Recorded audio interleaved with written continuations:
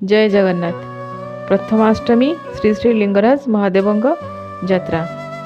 तुला दिन 27 नवेम्बर 12 तारिख बुधवार।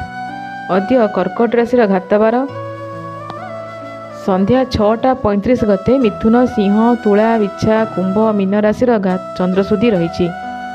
कर्कट और मकर राशि पुरुषंकर घात चंद्र रही। आसतु जानिबा 12टी राशि भलमंद विषय। मेष असुख लाभ करिवे, वृष स्वल्प आय लाभ करिवे, मिथुन अजथा अशांति भोग करिवे, कर्कट सुख खबर पाइबे, सिंह व्यय वृद्धि हेब, कन्या पारिवारिक सुख लाभ करिवे, तुला लाभ हेब, बिछा मानसिक दुख वृद्धि हेब, धनु अनुशोचना करिवे, मकर अर्थ लाभ हेब, कुंभ द्रव्य लाभ करिवे, मीन कर्मे खुशी पाइबे। इथिला आजिर राशिफल। जय जगन्नाथ।